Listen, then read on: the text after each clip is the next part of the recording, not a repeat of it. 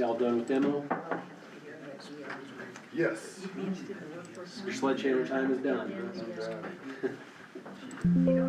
Garrett had some help. So we You're got working that. towards a fire one.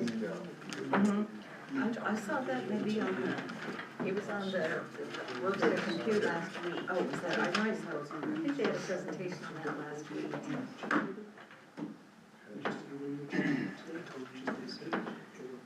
And I don't know about this one.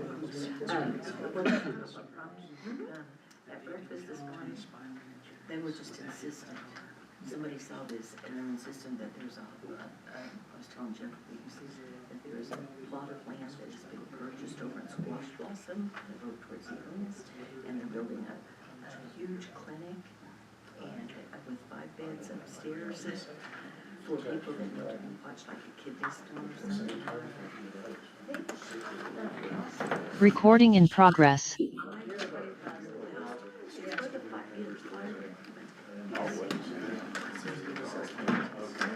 So that's what it is.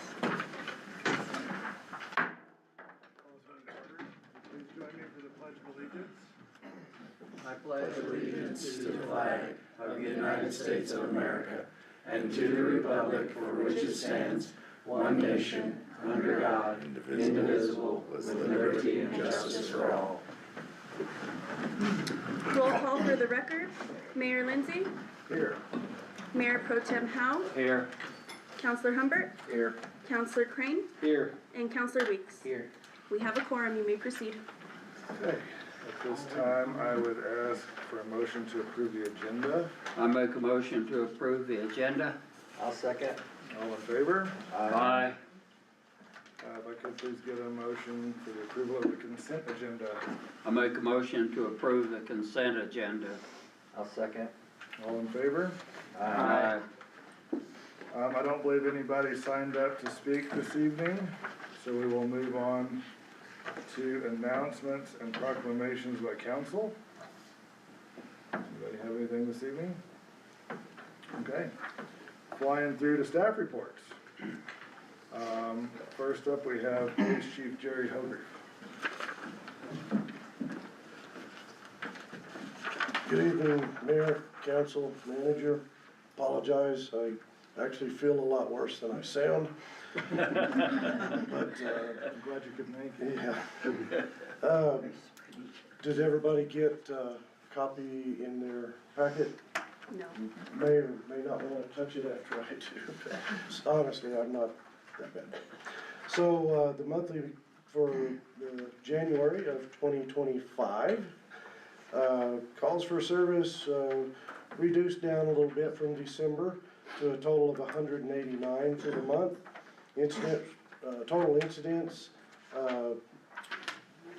as far as the statistical reporting, was 62, which was up slightly from 55.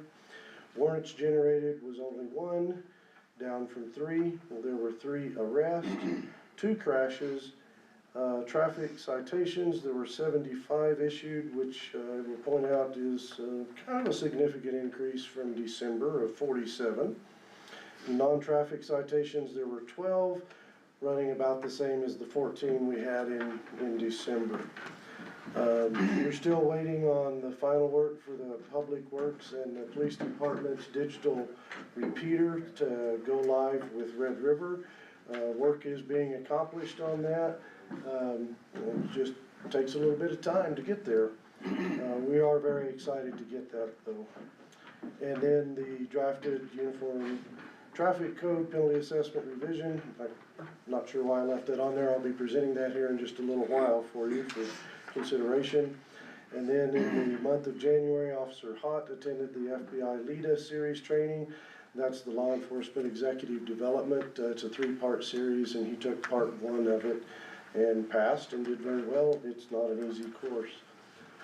And that is it. I would stand for questions. Thank you. Thank you. Okay, next up we have our Airport Director, Jeff Gilmer. Good evening, Mayor, Councilman, and Mr. Weir, who's part of the fix here. I hope I don't ever feel as bad as I look. Anyhow, thank you for your time this afternoon. Real quickly, lots been going on at the airport. We've had an increase in traffic, we've had an increase in sales. I can't give you an exact percentage. Fuel is starting to flow through the tanks again. A lot of folks that came in the month of January, I think the weather has something to do with that. It's been really good flying weather for the most part. I think we've had one cancellation of advanced air and one or two diversions is all, which is really good considering this time of year we'd expected a whole lot more due to weather. So that's really exciting. Mostly I was excited to get a report of fuel sales, which means traffic's up. And that's great. We also have a little bit more room in the hangar. I don't know exactly who the person is, but I believe the last open spot in the hangar is now filled. So that space is done and fully leased out. So going to be talking to Supervisor Matthews in the next couple of days about opening up the center area. Right now we have that area open for transient aircraft. So if they need to come in and be put up overnight or a couple nights, they can do that. I would like to actually lease that, but it's getting the crew to be able to move the airplane in and out if we have somebody who's parked there permanently. So we can, take care of everybody on that.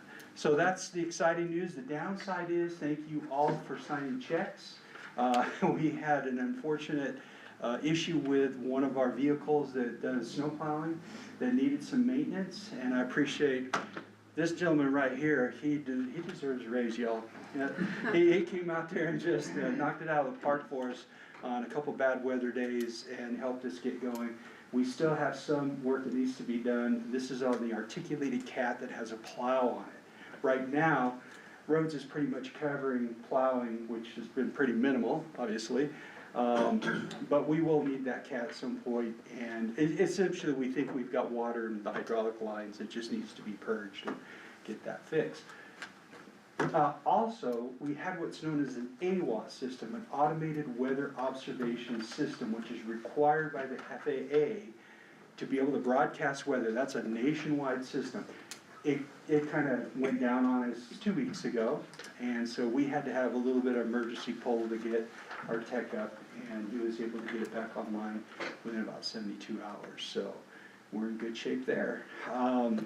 I will talk in a few more minutes here in regards to the airport contract with the consulting firm, and got some good news going on that. Otherwise, I'm open for questions. Jeff, Yes, sir. during the one or two diversions, where'd they divert to? They went to Taos for one for sure. Manager Weir actually got a ride down on the shuttle bus. He was actually I was actually on the one that got canceled and the one that got diverted. yeah. What does that tell us? So props to, I know Brendan's back there, I don't see Greg, but Greg responded very quickly, got the van up, picked the people up that were here, took them to Taos, got those people, brought them back up. I don't think there was really much complaining, probably out in an hour and a half to their day is all. Okay. But we moved the people, everybody was taken care of. Thank you. And for those in the audience online too, whenever an airplane diverts and whenever an airplane is canceled, it needed to happen.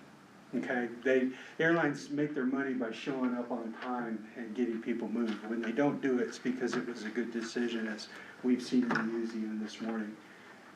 We don't want to get people up here with severe crosswinds and have any issues. So I'm actually grateful when they do that.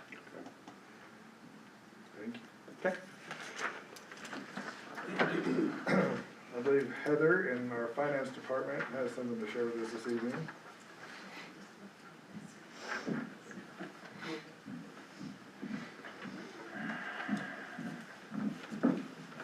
Good evening, Mayor, Council, and Manager.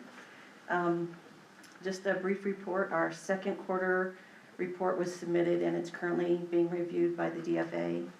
Our bank reconciliations are up to date still. The lodger's tax audit is scheduled to begin. The auditors that did our audit are going to be doing that. We completed the first round of the budget, so the budget process has begun. And we continue to have some issues with utility billing, some of the old meters and issues with the newer meters not reporting. But we're working through that, so I just, Oh, yeah. any questions? Well, thank you for, I know on the utility billing side, it's been frustrating, not only for our, customers, but for you as well, so thank you for helping work through all Well, that. it's a team effort with Audrey and Kathy, and so, Thank you, Heather. yeah. Next up, I believe Brandon Prather wanted to give us a little, events rundown. Thank y'all for having me, Mayor, Councilman, Manager.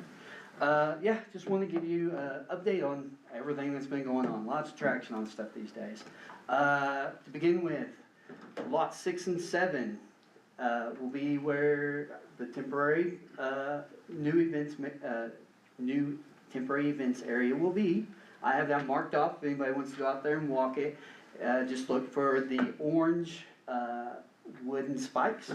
I painted them all orange all the way around.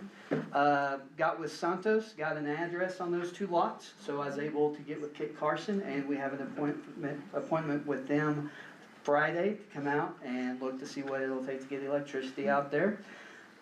Been working on the logistics on everything else. Been working with, got the large tent on order. It should ship out soon. We had a little problem with the logos, but worked with the advertising agency, got them all the correct logos and everything like that. So that should be coming soon. Also, we have the barricades in stock. They are here in stock. They are here and ready to go out where we can have alcohol sales and all that when we start doing events out there. The stage, I asked for a 24 by 12 stage when y'all okayed it. I'm going to go bigger after discussing things with the agent and bands and things like that. I'm going to go bigger, still going to be under budget on that.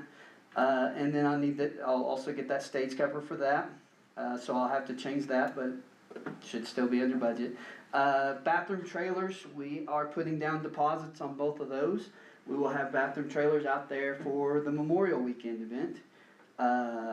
Starting, and then we'll have another set of them come balloons. That way, we're gonna have restrooms, places for people to wash their hands and everything. And then we picked out a synthetic grass. Not gonna take from the water.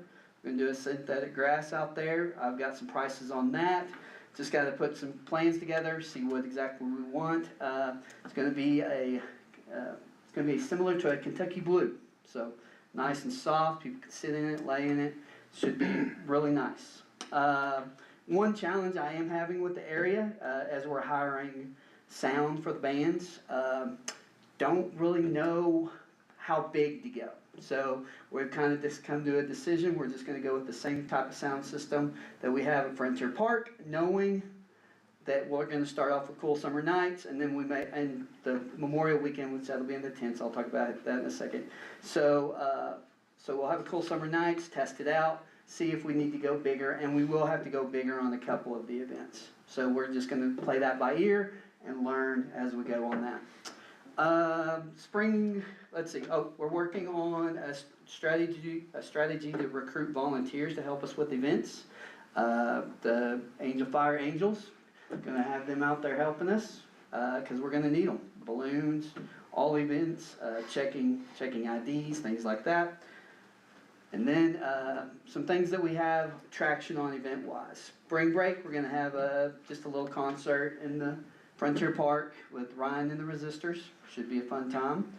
Memorial Weekend, working with Nancy Birch on Mayhem on the Mountain. Helping put together a dance. We're hoping it'll be out here under the tent. Working with someone to build a stage for under there where we have a stage for the tent. And then we'll be starting to work with Nancy on putting together a marketing plan and all that's involved in that. And I'm going to be working hand in hand with Nancy on that. That way she can kind of pass that on to me in the future, where I'll be doing 100% of the planning on Mayhem on the Mountain pretty much going forward after this year possibly, or a couple of years down the road. But I'm gonna learn it all, that way I'm ready to take that over. Working on 16 cool summer nights, and working with the booking agency on getting those decided. 3 of those will be 2-band nights. That way we add a little more time, things to do on Friday night for a little longer, so it should be fun.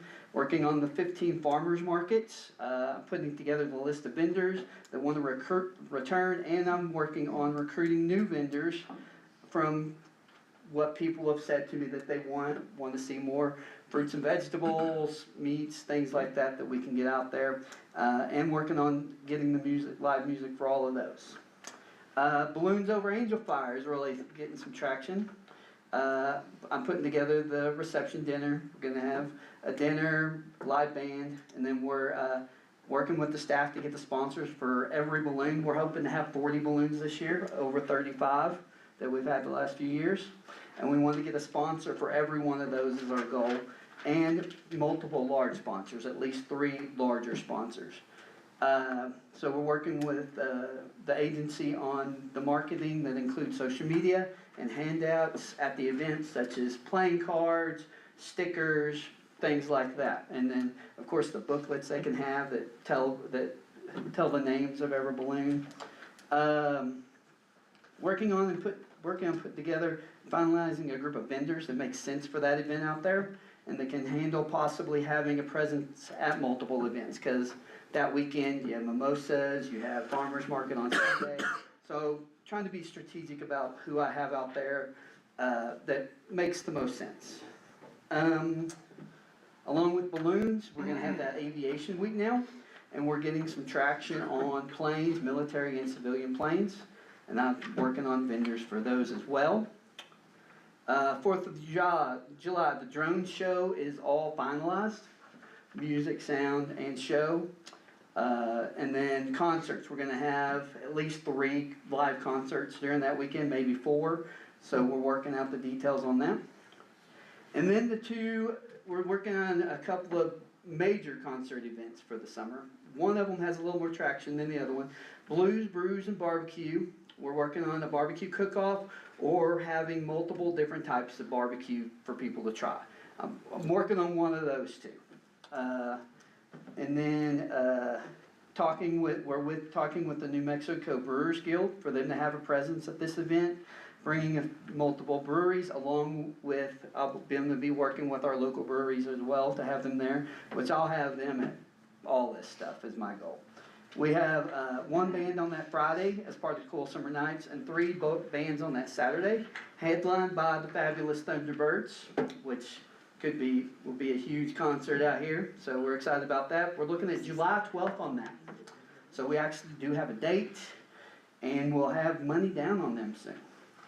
I think I okayed everything today. I think we're going to be good to go on that. The second big festival, we're wanting to do a rock and roll car show. We're in discussions with another known big band. I'm not going to say names on this one because I don't want to promise anything. It will be the same layout concert-wise, and we're still kind of working on where we're going to go with the car show. Could go a Porsche show, could go just a older car show, or a lowrider show, things like that. I'm in discussions with multiple on that to see what we can work out. Mr. Mayor, I'm gonna jinx it, but it's Los Lobos. He just jinxed it. But things are moving. Excited about that. It is Los Lobos. That could be a fun time. And we're pretty far in advance. We're pretty far in talking to them. And then sometime between August and the end of September, we're going to put on a trail run. The goal is to have a marathon, half, 10K, 5K, and a fun run. We're still trying to figure out the best route for the run. Everybody has different ideas on that, and they're all good. So we got to figure that out. But as soon as we can figure that out, I'll have traction and get that put together as well. That way we can start advertising that. Oktoberfest 2025. Already in discussions to have the Lederhosen Junkies here to play. I'll also recruit appropriate vendors, have some German food, German vendors selling stuff, and of course, multiple, brewery options on that.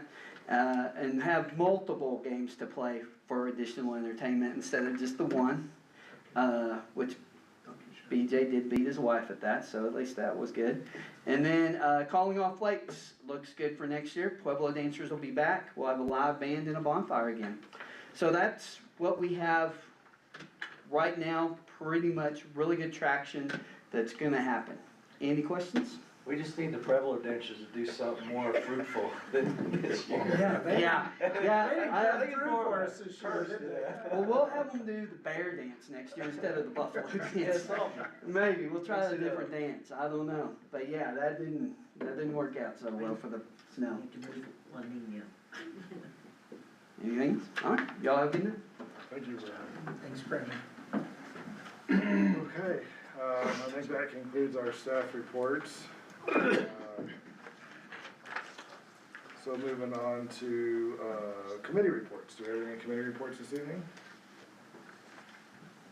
I would like to, it's my understanding that the Trails and, Rec Committee secured $99,000 for the extension of the Frank Young Trail. We did. We're still waiting on some logistics on the trail itself, but we're hoping to get some answers on where the trail's actually gonna go.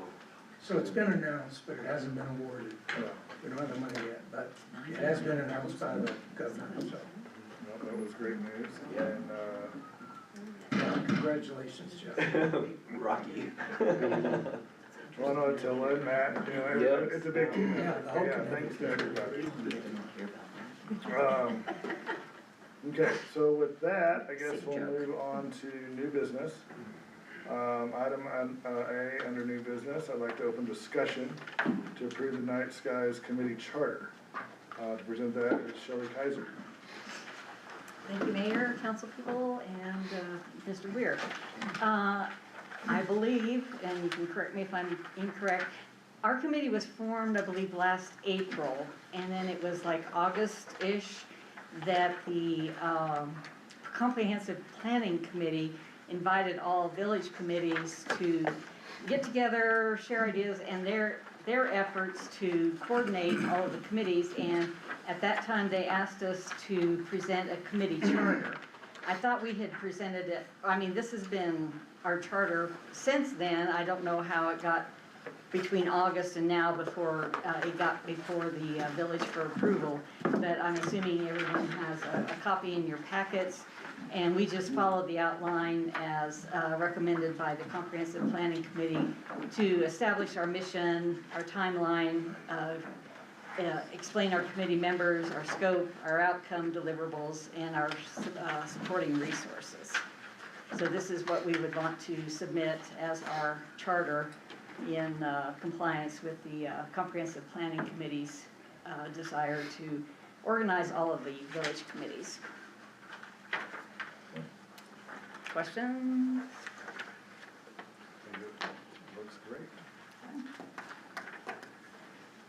If there's not any other comments or questions, I'd ask Mayor Pro Tem Howe to make a motion. I make a motion to approve the Night Skies Committee Charter. I'll second. Roll call vote on item A. Mayor Pro Tem Howe, Aye. Counselor Crane, Aye. Counselor Weeks, Aye. and Counselor Humbert. Aye. Pass. Okay. Moving on to item B, open discussion to approve Night Skies input for Comprehensive Planning Committee. The committee requests for goal development process, task 1. Again, the Comprehensive Planning Committee is providing to all of the volunteer village committees outlines to help us guide our work. And so their first recommendation to the committee was to develop, and there's a list of tasks, and we had a tasks list and a timeline. And this, I believe, was to be presented back in November. Again, whatever reasons, it's just now becoming a part of the village meetings. So they asked just for a succinct description of the existing conditions, and they said you could just put it in bullet format or paragraph for it, so we just did the bullet format, and then we outlined our current conditions about what the current ordinance says, what the current conditions are in Angel Fire, and then the issues with the current ordinance, which I think, again, correct me if I'm wrong, I believe was initially passed in 2002, so it's very outdated. And then the benefits that it would bring to have a new outdoor lighting ordinance for the village. And so we outlined our assessment of the current conditions. Okay. I personally don't see anything here that needs to change. The staff's recommendation is that the council should amend to their goals. Would you like to elaborate on that, manager? Yeah, Mr. Mayor, I don't have any amendments, I actually think they did a very good job. I put that on there because this is the point that if the council wants something included that's not included, or that you guys knew that this is your chance to make a change to that. I'm in agreement with everything they did, I don't have any changes. So I think the charter and this task one. Yeah, our understanding was this, we're not outlining our goals, we're outlining an assessment of where Exactly, and existing conditions, yeah, I think okay. we're on the same page. Okay. Yeah, that's exactly right. Unless anyone else has anything else to add? If not, I'd ask Mayor Pro Tem Howe to make a motion.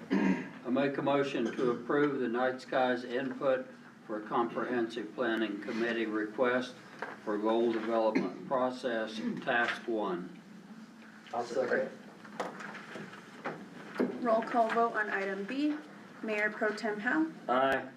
Counselor Crane, Aye. Counselor Weeks, Aye. and Counselor Hubbard. Aye. Motion passed. Thank you all very much. Thank you.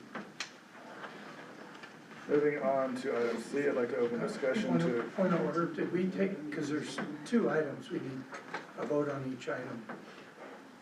We voted on item A and B. They were separated. Yeah. Oh, I guess I missed moving on to item C, I'd like to open a discussion to approve the Angel Fire Workforce Housing Charter. Mayor Lindsay, Councilman, Manager Weir, Clerk Strickland. What you have in front of you is a committee charter from the Workforce Housing Committee. This is a culmination of input from everyone on the committee, including myself, to kind of pull it together as a document. And so I'm here to ask for approval of this charter for the Workforce Housing Committee. I'm open for questions as well. Rocky, on page 1, in the very last paragraph, that talks about active members. Yes, sir. Any person who lives full-time in the village of Angel Fire is eligible to become an active member of the committee approved by the village mayor with full voting privileges. I'm okay with that, but did we mean to say council or mayor? I meant to say mayor. That's a good catch, Mayor Pro Tem, Mr. Mayor, if I may. It actually should say appointed by the mayor with full approval of the council. We can modify that in motion. Yes.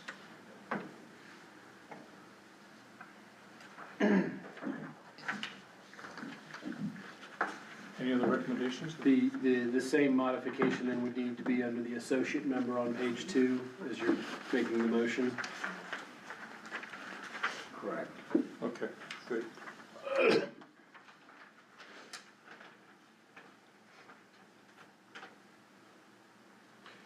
And I do have a question, Manager Ware. We've had some discussion, and I was under the understanding that on any committee, we were going to allow, so obviously anyone that resides in Angel Fire would qualify as a voting member, but we were gonna allow business owners and part-time residents that same status on committees? Mr. Mayor, Council, Madam Clerk is actually in the process of developing that policy. I've assigned that policy to her to have written. I will tell you, we went to legal counsel on this. I created a firestorm I didn't intend to create, because in practice, apparently not in policy, we couldn't find it in policy anywhere, but in practice, at least in my tenure at the village, which is 10 years now, to be a voting member of a committee, you've always had to be a voting resident, you had to be registered to vote. By the way, it's the same practice at the county. In order to be on a county committee, you have to be registered to vote within the county. And so that's, come to find out, we have no policy. There is no state statute requiring that. There's no state statute on committees at all, other than saying that the council has the authority to create committees, advisory committees. It doesn't designate what membership should consist of. So there's no law that says anybody, we can have anybody technically as a member and as a voting member. It's up to the mayor to appoint and the council to approve, which is in statute. But there's no rules on what that membership needs to be. I do have, like I said, the Madam Clerk working on a policy that hopefully within a month we can bring before council. That's gonna say exactly what you just said, which was my direction, is we want people that own property here to be able to be voting members of committees, and people that have businesses here, and the other things, I don't remember them all, I wrote them down, but, so I don't have that yet, ready to present to council. And they included this language in there, and I think it's, the language will comply with the future language we come out with in policy here in a month, so I don't think this language, the way it's written, So my suggestion would be, if we're gonna amend this, to strike that section, because it will ultimately fall back to the policy that we're looking to create. And I wouldn't like to have contradictory policies in place. If that makes sense to the council. So in other words, just strike the committee membership portion of this charter. I mean, if that's your wish, then That would be my recommendation, my ask in this, amending this motion, not to create any confusion on a policy that we're still working on creating. So you're talking about deleting, under committee membership? Correct. Okay. And that'll ultimately be addressed for all committees in a new policy. All right. So, Mr. Mayor, my recommendation would be to strike the paragraph called active members and to strike the paragraph called associate members. Keep current committee members. That's fair, yes. Strike active members and strike associate members. Okay.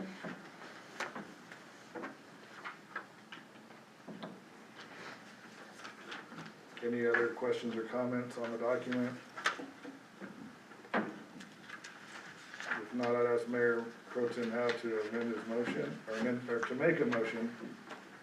I make a motion to approve the Angel Fire Workforce Housing Charter with the deletion of the paragraph stating active members and the deletion of the paragraph stating associate members. Second. Roll call vote on item C. Mayor Pro Tem Howe, Aye. Counselor Crane, Aye. Counselor Weeks, Aye. and Counselor Hubbard. Aye. Pass. Thank you. Thank you, sir. Moving on to item D, I'd like to open discussion to approve a motion to proceed with updating Uniform Traffic Code ordinance. Chief Hogan. Thank you, Mayor, Council, Manager, guests. This is just that, it's a motion to proceed with updating. Have drafted, some corrections to our current uniform traffic ordinance after having an opportunity to sit with Judge Hill, our municipal judge, and agreeing to add a few of the more common violations to the penalty assessment schedule that was passed in June or July when this was adopted. The larger portion of this is what we had adopted, currently have adopted, has a section in it that says the Office of Municipal Court may notify the Motor Vehicle Division, State of New Mexico, for persons who have failed to pay penalty assessments. And the department shall report the notice upon their driver's record.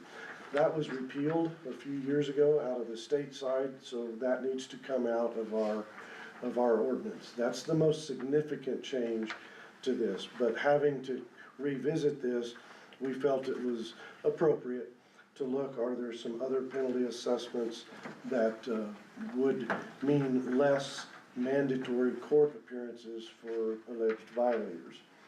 And we did agree that overtaking on the left could be a penalty assessment, and we established dollar amounts that are consistent with what other similar violations are. Tail lamps being required was $95, where having a headlight out was only an $80. So we're bringing consistency to the penalties in a few of these, as well as adding a few other things. And then pedestrians having right-of-way at crossings, adding that as a moving violation penalty assessment of $55. And then the last significant changes that I would like to take forward to legal and ultimately to advertising is putting section 4, the failure to pay penalty assessments or to appear in court. Our current version does not have a section in it that gives the judge clear guideline of being able to fine $0 to $300 for an offender who fails to pay a citation within 30 days or fails to appear in court. This section A and section B would give us that in municipal code, so the judge could fine on that rather than state law. Lastly, and I know there was some discussion of this in the previous draft, regular penalty assessment misdemeanors versus construction zones. And what we found in our research is that if you go into the Uniform Traffic Code under 1261.2, there is actually a section that says an assessment for speeding in a construction zone is twice the regular penalty assessment. Ours is not, so to be consistent with the statute, we've put that in there. So construction zone penalties on speeding would double. That's the gist of most of the changes, and I did make a staff recommendation and would request that this go to the next step for legal review and then be brought back for further discussion and consideration. So Chief, on the third page, paragraph C. It's already fixed. Where to mail It's already fixed, sir. Yes, the address that I put on here, that's my mistake. I had put 27B for the court. It's 27A, Halo Pines. And additionally, should this go to a P.O. box? Because the address that's in here, I don't think gets mail delivered, does it? So it can and it will be on the back of each citation. There is the mailing address that the violator has provided a copy of. So that will be posted on there as well. But good catch on the address part. It seems like there was one other small something that I wanted to point out, and I didn't get it down into my notes, but I'll just make sure.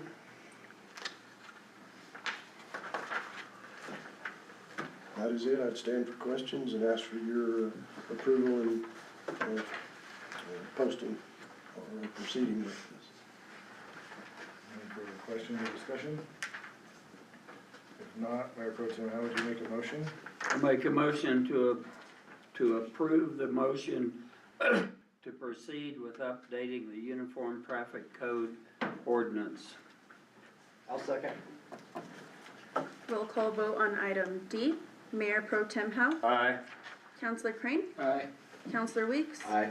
and Counselor Humphrey. Aye. Thank you. Motion passed. All right, moving on to item E, I'd like to open discussion to approve a new village position of medical director, Chief Grants. Good evening, Mayor Lindsay, members of the council, Manager Weir, and Village Clerk Strickland. Manager Weir, would you like to open up with this discussion? Yes, Mayor, Council.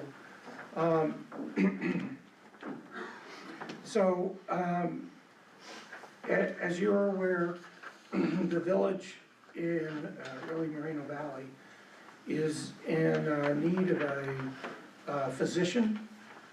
In order, we do have nurse practitioners who do a great job, but they have to have a physician that they report to.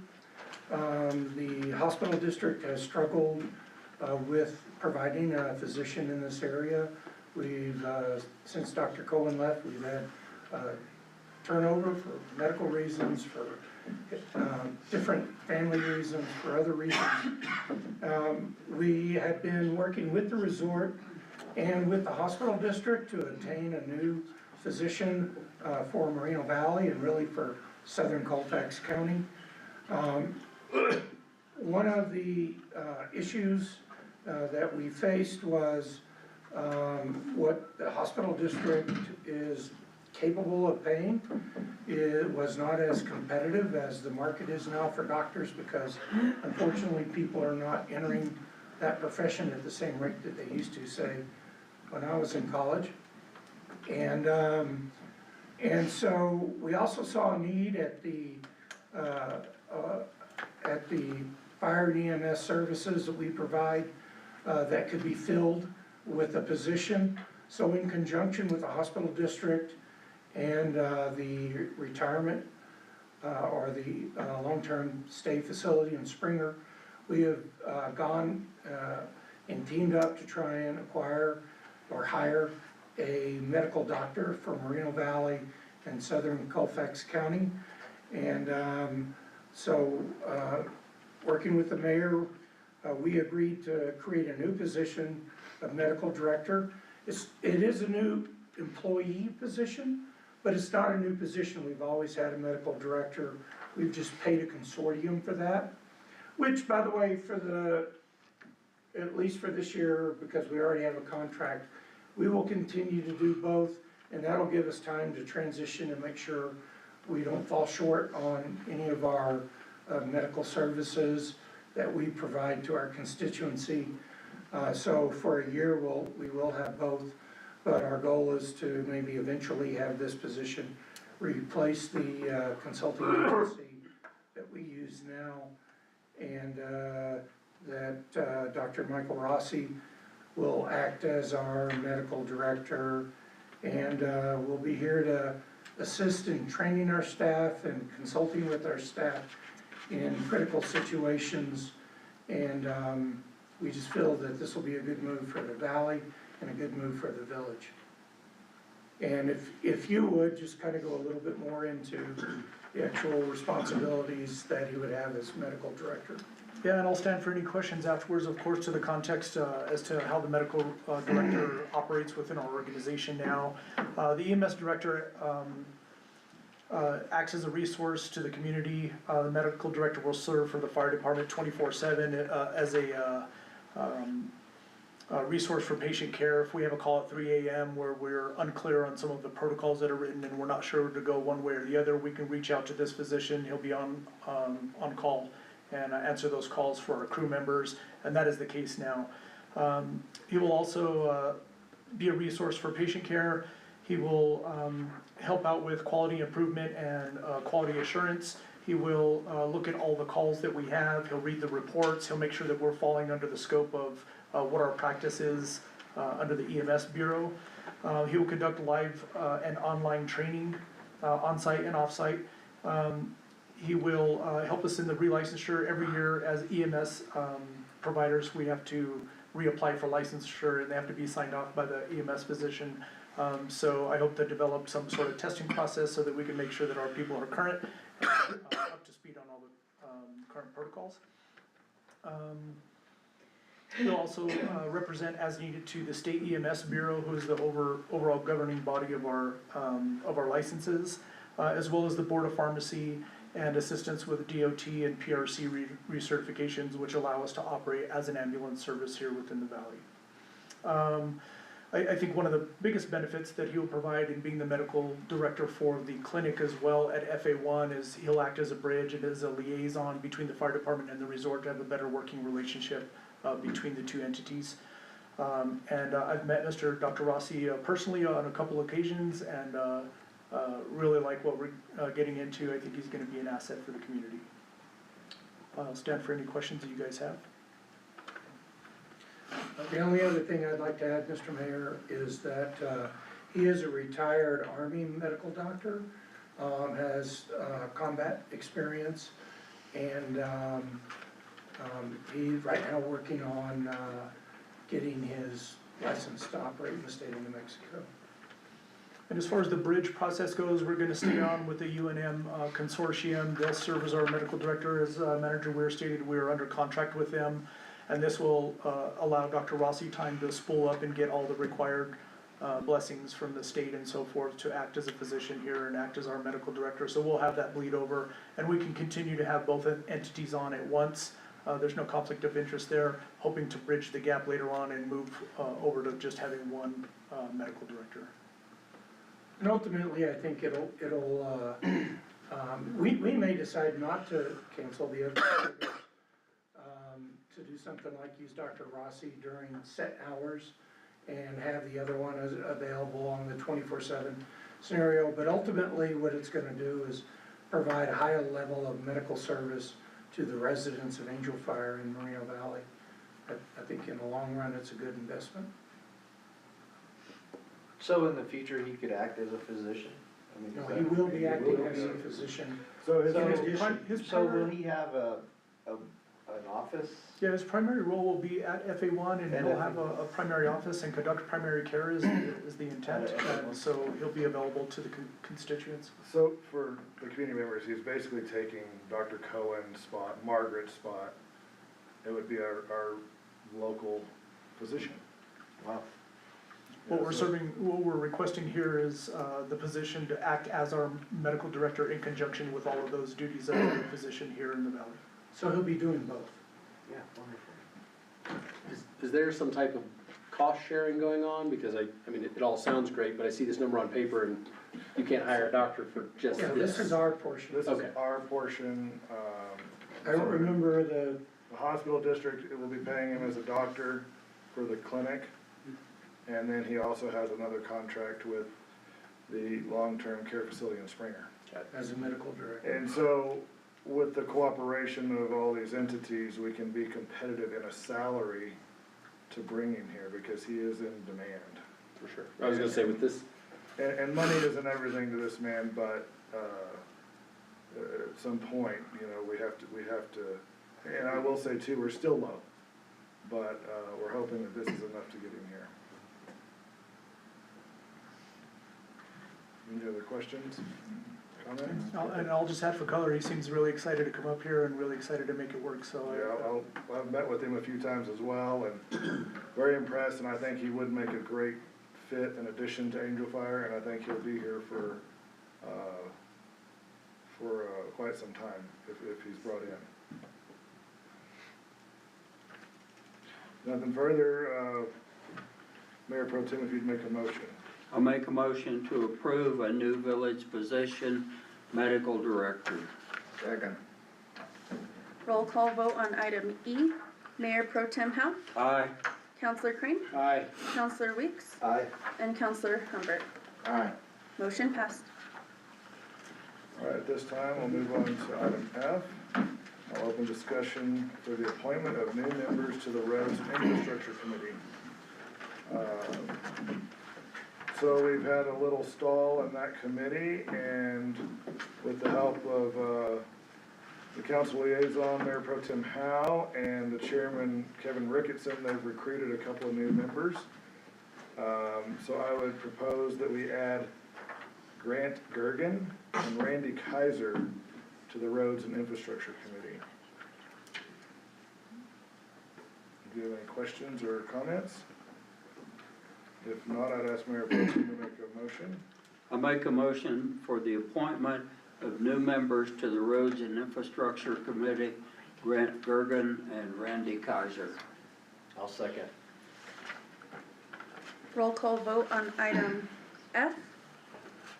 Mayor Pro Tem Howe, Aye. Counselor Humbert, Aye. Counselor Crane, Aye. and Counselor Weeks. Aye. Motion passed. Okay, and, outside under new business, I'd like to open discussion to approve the transfer consulting agreement with the Boy and King, the airport transfer consulting agreement.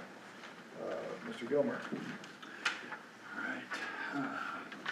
Mr. Mayor, councilors, Manager Weir, and Mr. Strickland, thank you for letting me come up and talk a little bit about this. This is a contract with Du Bois and King, who will work shoulder to shoulder with us as we transition the airport sponsorship from Colfax County to the village. This was voted on by the committee. Chairman is with us tonight. This past week, these folks are very skilled in what they've done. This is not their first time doing a sponsorship change. I'll speak to that in just a second. So I'm very excited to have them come on. I apologize for the lateness of getting this contract to you. It has been swirling around in the wheels here for a few weeks, and Manager Weir was able to actually get it from the lawyer, I believe, about 3 o'clock this afternoon. So again, apologies for the late timing on it, but we wanted to get it before you. So we'll open this up for questions here in just a moment. What we're looking at right now is hitting the road tomorrow morning pretty hard and hearing, wheels spinning and burning rubber. Du Bois and King, myself, and Lawrence Davis had a meeting a couple of weeks ago. They are ready to move this whole system forward. We have a game plan. We have checklists from the FAA. We know exactly what is needed to push this forward. What they're going to help us do is compile this data and get it in a format where the FAA is going to accept it. Now, I'm going to back up just a second what I said before. The reason I want to take a moment to talk about it, I had a good long conversation this morning with the assistant manager of the Airports District Office in Fort Worth. He's the boss. Mr. Jamie Fuller is going to be the person who will work with us, would be kind of as an inspector, but the boss himself reiterated several times during the conversation that what we're about to do here is a little bit out of the ordinary for the FAA. And so when the time comes, with the help of this group, with this company, we will sit down at a table and we will walk through and make sure every I is dotted, every T is crossed, because his words, not mine. When this gets to Washington, D.C., it will be put under a microscope because it is a rare event. He says, I don't see a problem with it happening. He's just like, it's just that we need very much precision thinking and detailed writing to get this done. And this is where this group will help us get us across the line. That being said, couple of things that have already happened just this week. One, we've got a SharePoint that has been opened up with the county. It was a recommendation we made a couple weeks ago. That SharePoint has members on it that will represent both the county and the village and the FAA and state aviation. So all of us can actually share this data and move it about, take a look at what's going on, again, making sure that the details are covered. That was really exciting to see that come to fruition. So that's already on play. Again, a lot of the documentation that we needed has already been acquired. It's already been put together. So with that, there was one other point that I forgot to, if I can back up real quick, to tell you that we also in the last 2 weeks had the, with the county, the hangar agreement completed finally. Omni VR blessed it, basically meaning the grant monies that were allocated by the state for the new hangar will replace the hangar door on the old hangar and will build 4 new hangars that we'll be able to lease out. And I apologize, I had forgotten that. I wanted to put that in before I forgot it. So, with that said, On questions? that subject, has the extension been filed yet? That was a question again that was asked on Friday and no response has been given yet. If you, Mayor Lindsay, I think you saw in the SharePoint, I've already written down basically, this is what we want to see by Friday from Moles and Corbin, which I believe next week we'll talk a little bit more about bringing them on as the consultant for the village. So the answer is no. Kind of still in that holding pattern with that, no pun intended. Mr. Mayor, council, I will tell you that if that extension isn't filed by the 25th, next Tuesday, when their contract comes, or their motion to proceed, or whatever I guess it is. Yes. On that contract, we're gonna strike it from the agenda. They haven't got that done. My recommendation to the council, I can't tell you what to do as much as I want to sometimes, it would be not to hire them. It's that simple. I mean, this is not rocket science we're asking them to do. Thank you for that question. I do not disagree with the manager. I'm in the same boat with that. So it's very important that this stuff gets handled and expedited, as you will know. Question on the hangars, is it 1 plane per hangar? Yes, these are small hangars that'll be smaller individual aircraft, single engine aircraft. It won't be large enough to hold a twin in it or anything like that. But Mayor Pro Tem, what we're hoping to be able to do is, right now, we have small airplanes, 4, gonna be 5, grouped into our big hangar. Right. And that prevents us from putting large airplanes in there. So we're hoping that 4 of those people that are leasing space will move out into private hangars, and that big hangar will be open for larger planes, overnight stays, and that's where significant revenue can be had. Not private hangars, but individual hangars. Individual. Right, Yeah. individual hangars. And by individual, it's one large structure with dividers. Okay, So to create 4 individual hangars in one large building. okay. Yeah, when I said private, I meant instead of sharing one big hangar, they would have their own. Right. So, yeah, but I get how that could be confusing. And part of the discussion and then voting was that those 4 then can be continued to the south along the existing taxiway. And we can go out for more grant money. So again, what we're talking about here is money that's already in grants to us to spend. To go out for another grant for another large hangar, big enough to put in some of the larger private jets and stuff that come in. Thank you. Yeah, that's what we're after. And Mr. Mayor, again, I do apologize for this. I'm gonna blame it on the lawyers. This went back and forth between their lawyer and our lawyer 4 times, I think. And as a matter of fact, this final time, if you look in it on page 5, you'll see there's some red line in here. This were the last changes made by our lawyer, requested by our lawyer. I did not have time to get a response from them. So what I'm asking you to do is to approve this with the changes from our lawyer, and we'll take it to them and say, here's the contract we're ready to go with. It was an indemnification clause, quite frankly, the language they took out.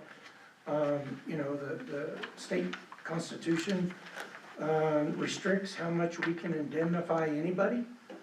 And so, our lawyer simply felt that their request for indemnification were beyond constitutional limits. So they removed really one sentence. There's words that they changed, like the client, but really it's just one sentence that's being removed.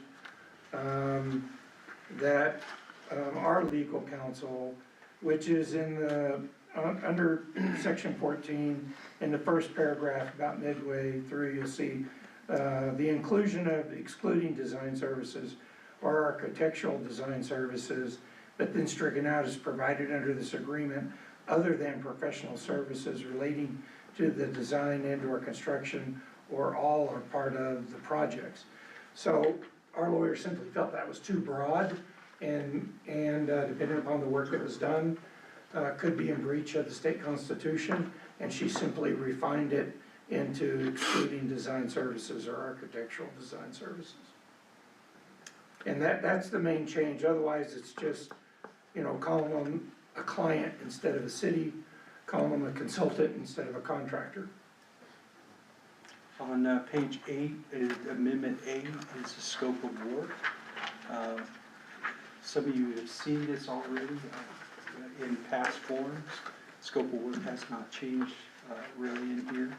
This agreement will not only just be to take us to the point of sponsorship change, but to also help us in the future with the operation of the airport, creating an FBO, going out and helping us to look to. So they're going to consult for the bigger picture too. So we have a very much a mission to accomplish. Right now, boots on ground, we have another one sitting out there at about 30,000 feet, which is 2-3 years down the road. And these folks are perfectly qualified to help us do that. Any questions? Any more questions on that? I would also, just before I step down then, invite you out. Come on out, see what's going on out there. If you haven't been to the airport in the last month, you're going to be pleasantly surprised the way the look and feel of it. Oh, Yes, sir. this question doesn't pertain to this, or maybe I shouldn't ask it, but we had some lodger's tax money that was unspent. Are we in a position to? So I can answer that, Mayor Pro Tem. Yeah, that money that was allocated and had gone unspent, so it was the Village of Angel Fire that had given the lodger's tax money to Colfax County. Prior to the advanced air bringing in the scheduled flights, the one big ask of the airport was to have a concrete apron from the tarmac to the terminal. They were gonna have issues with luggage carts and traffic. I mean, really, there wasn't any other way to go. Either you had to go through the hangar or through the mud to get to the terminal. There wasn't a good solution, so, Manager Ware and I got with the county, and they approved using those funds to pour a concrete apron. Then, once that process was complete, there was still funds left. And so, we got approval from the county to use that money to upgrade the furnishings and decorations inside the airport.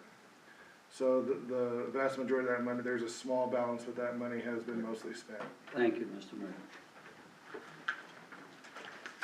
All right, if there's no further questions or discussion, Mayor Pro Tem Powell, would you make a motion?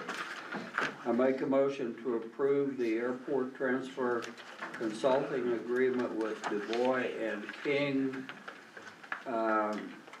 and considering on page 5, paragraph 14, that we use the red line provided by the village attorney. I'll second. Roll call vote on item G.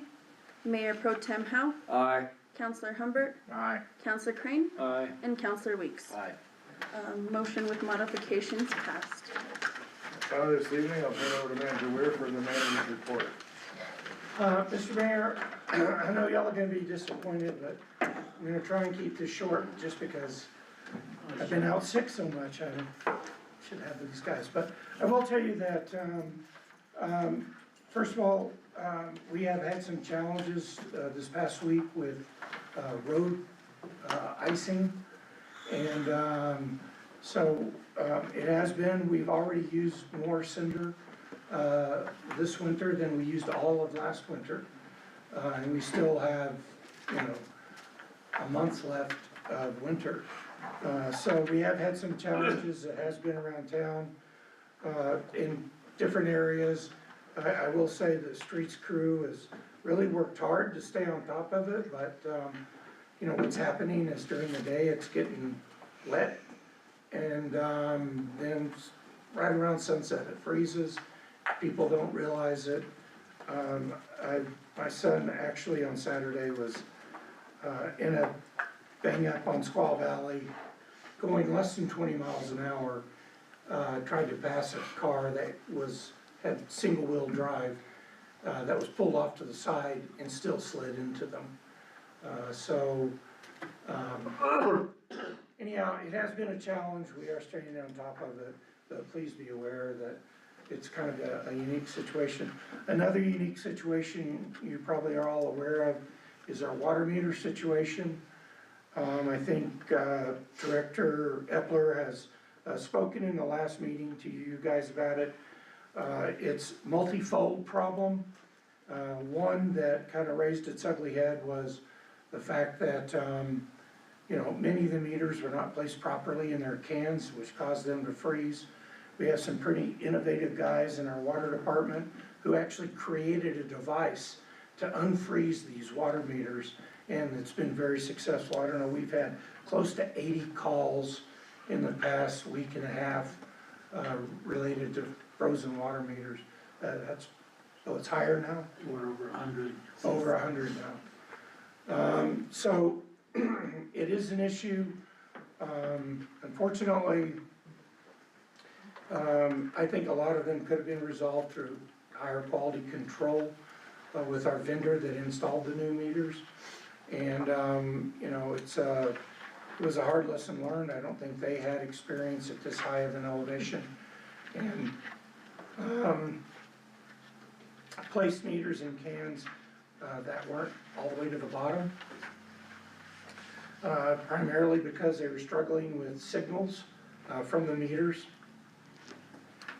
And that caused a lot of problems. There were other issues that were related to it, but I would say that the water department's done a great job. Those guys have been working like crazy hours, so it's gonna dip into our budget a little bit, but had to be done. And, you know, we basically, I don't know, how many do we have open now? Do we have any left open, any of those calls? Two. So, in excess of 100 calls, in the past week and a half, they've resolved all of them but two. So, they've done a bang-up job and deserve a lot of accolades for that. These same issues have led to billing problems. I think you guys have probably seen them on Facebook, people complaining. It's funny, it made it to Facebook. Seems like it was a lot bigger deal on Facebook than reality. I don't want to minimize it, but we probably had 12 people complain about their water bills to us. And some of them are founded and some of them aren't. We said this, and you know, we tried to get ahead of this. We had the Village Voice, we talked about billing issues. We put it on statements, we put it on Facebook. We tried to communicate to the public that there were issues out there. I will tell you, my estimate right now is only about half of them are really problems with the conversion. The other half, and that's an approximate number, are people have gone a decade or more without a functional meter. And they're now getting proper meter readings. And this is really hit hard, with some of the condo associations. And so, we are working through those. I personally have probably made a half a dozen phone calls to people explaining what happened on their meters. We have found some problems. We found some billing issues. We struggled reading some meters because they weren't connecting, and unfortunately our installers weren't verifying adequately that the meters were connecting to the reading system. And so we have some meters that didn't get read, and then all of a sudden 2 months later they got read, so it was 2 months worth of water instead of 1 month. That's not the customer's fault, and we're basically having to manually go split those bills up and bill people based on the split, because we can tell. The good thing about the new meters is they're very detailed. They give you hourly readings for every meter. We can tell how much somebody is using on an hourly basis. And once it fully gets up and running, which it's not right now because we still have 500 meters to replace, but once it fully gets up and running, it's actually gonna save us a lot of water because the system can detect water leaks. Right now, the system is detecting it. Unfortunately, it's not set up so that the monitoring system is notifying us. We're still having to go through the old-fashioned way of manually checking meters for leaks. And, but the system does have leak detection, and you can see when somebody's using, 200.2 to 200.6 gallons an hour for 3 straight days, just the consistency of that usage tells you it's a leak. And unfortunately, we've had a few of those. And like I said, we've had people that have just had bad meters. And now they have a meter that works, and it's impacting them because they're actually getting billed what their usage is. So, I'm not putting that off on all of them. I'm saying it's about half of it, mistakes were made in the billing. Half of it is these other issues that we're gonna have to work with people through. And I'll warn you, although most of the people have been polite to me, there are people that aren't happy right now because they've been paying a minimum bill for a decade, and now all of a sudden they're paying in excess of the minimum, and they think our meters are not reading correctly. We anticipated that when we discussed putting in the new meters. That part was anticipated. I mean, the whole point of it, not the whole point, was bringing it up to these digital meters, being able to digitally read them, but more importantly, the amount of water loss that the village is incurring. In other words, the amount of water that's being used and not being billed for. So this is an intended consequence of replacing those meters, and so it's gonna take some time to work through and for people to understand. Again, if they had a faulty or unreading meter, they were just getting billed the minimum. And so now they're getting billed for their usage, so. So just so you know, when this started in October, we have not billed any late fees for any water usage, since really the October bills were due in November. So we haven't been billing late fees, and we probably won't through, until May, because some of these problems won't be cleared up until May. It's unfortunate, but we're having to manually enter amounts on many meters, and we're having to minimum bill some meters because for different reasons, we're still struggling having the meter read it into the automated system. We think that that'll all be cleared up once we replace all the meters. We still have about 500 meters left to replace. That should happen by mid to late May. And so it's an ongoing battle. I will tell you, if y'all have a chance to see Audrey Cordova, you need to thank her, because we've had to pull off her normal duties for the most part and focus just on this. And she's done a really good job of, going and looking up all the numbers. I've been making a lot of phone calls, but she does all the work. I'm just telling them what she found out. So if y'all see her, please thank her for her diligence. I know Heather also has worked with Audrey quite a bit on trying to solve these problems. You know, like I said, at least half of them are actually mistakes that we're trying to correct. And when we do look at them, we try to be fair, but we always err on the side of the consumer. So if it's not a definitive, this isn't a problem with the meter, or, you know, this is actual usage, if that's not definitive, we try and err on the side of the consumer. But in some cases, it's just, they're not happy and it's actually water they use. That's all I have, Mr. Mayor. I'll just lastly add, for those that don't know Manager Weir, anytime he starts with, I'll try to keep this brief. Buckle in. This meeting is adjourned. Recording stopped.